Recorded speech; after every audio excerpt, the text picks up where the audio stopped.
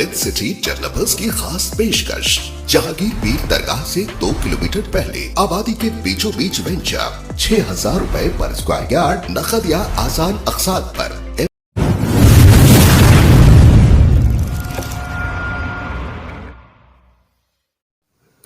इस खबरनामे को पेश करदा अल-मन्नान ज्वेल्स, शालीबंडा, हैदराबाद।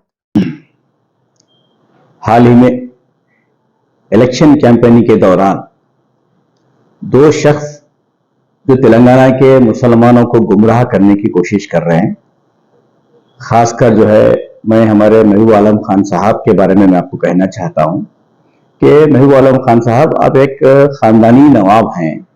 जब आप अपने आप को खानदानी नवाब कहते हैं तो आपकी लैंग्वेज भी जो है नवाबी खानदान जैसी होना चाहिए। एक हिंदुस्तान के सीनियर चीफ मिनिस्टर, एक सीनियर कायद को पकड़ के आप जो है उनकी लैंग्वेज में जो है झूठा बोलना और कुछ बोलना, ये आपके लिए शोभा नहीं देता। क्योंकि आप अगर किसी पे उंगली उठा रहे हैं तो 3 उंगली आपके तरफ बता रहे हैं। सबने पहले देख लीजिए, उन्होंने कहा कि सीएम साहब ने झूठ कहा। सीएम साहब कभी भी झूठ नहीं बोलते हैं। देखिए, इलेक्शन में अगर कुछ वादे करते हैं उसमें से मैक्सिमम जो काम होते हैं, अगर एक आध काम अगर नहीं हुआ तो उसके कुछ वजूहात होते हैं।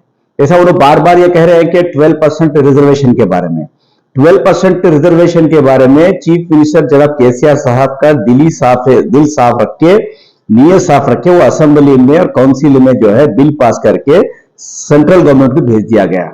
हुकूमत जो है बीजेपी की रहने की वजह से रिजर्वेशन का बिल पास नहीं हो रहा है, क्योंकि हमको बीसी कोठा बढ़ाने के बाद रिजर्वेशन को अमल करने के लिए केसीआर साहब का मंसूबा बना था।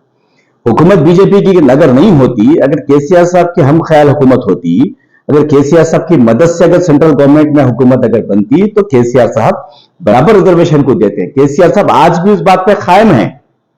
तो मैं महबूब आलम खान साहब से मैं ये पूछना चाहता हूं कि आप किस बुनियाद पे कांग्रेस का सपोर्ट कर रहे हैं, उसका एक जवाब दीजिए आप। ठीक है, आप केसीआर साहब को जो है 12% के बारे में बोल रहे हैं और कॉलेजेस बंद हो गए बोल रहे हैं। तो एक तो 12% के बारे में आपको मैं रिजर्वेशन के बारे में क्लियर कर दिया। दूसरा, कॉलेजेस के बारे में जो आप बोल रहे हैं, वाईएस राजशेखर रेड्डी की हुकूमत में फीस रिएंबर्समेंट का जो स्कैम हुआ था, बहुत से इंजीनियरिंग कॉलेजेस जो है जिनके पास स्ट्रक्चर नहीं है, जिनके पास फैकल्टीज नहीं है, बहुत से लोगों के पास 50 तुलबा अगर है तो उनको 200-300 नाम लिख के जो है फीस रिएंबर्समेंट लेके जो है स्कैम कर रहे थे।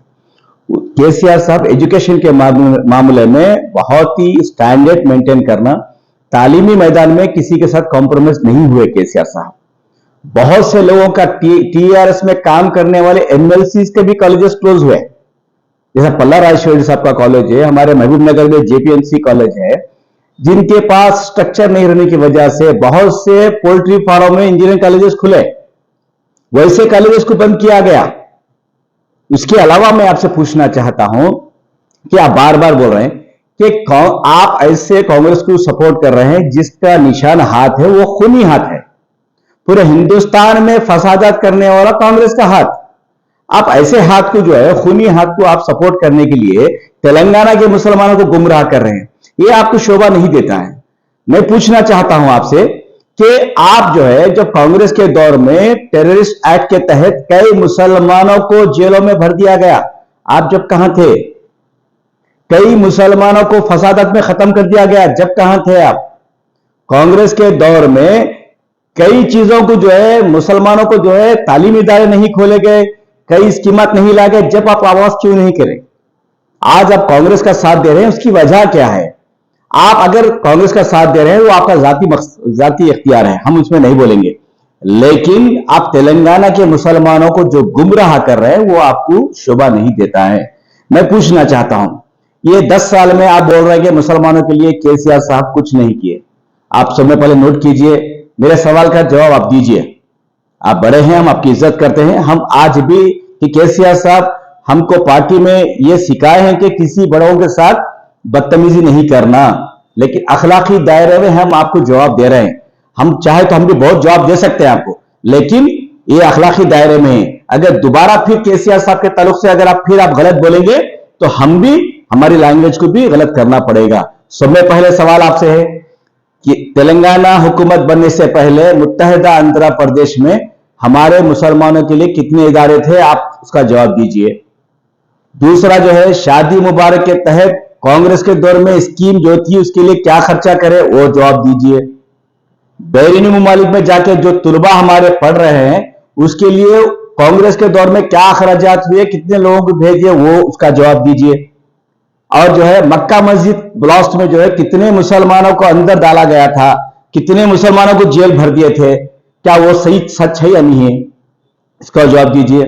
केसीआर साहब हुकूमत बनने के बाद सब में पहले मुसलमानों के घरों में तालीम होना बोल के टेम्बरी जैसे इदारे 204 स्कूल्स खोले, क्या इसको आप मानते हैं या नहीं मानते हैं?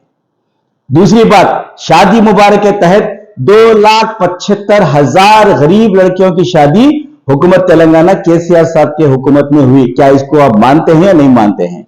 तीसरी बात, सीएम ओवरसीज स्कॉलरशिप जो 3,280 तुलबा America, London, France, Germany, Australia में जाके पढ़ रहे हैं, उसको आप मानते हैं या नहीं मानते हैं?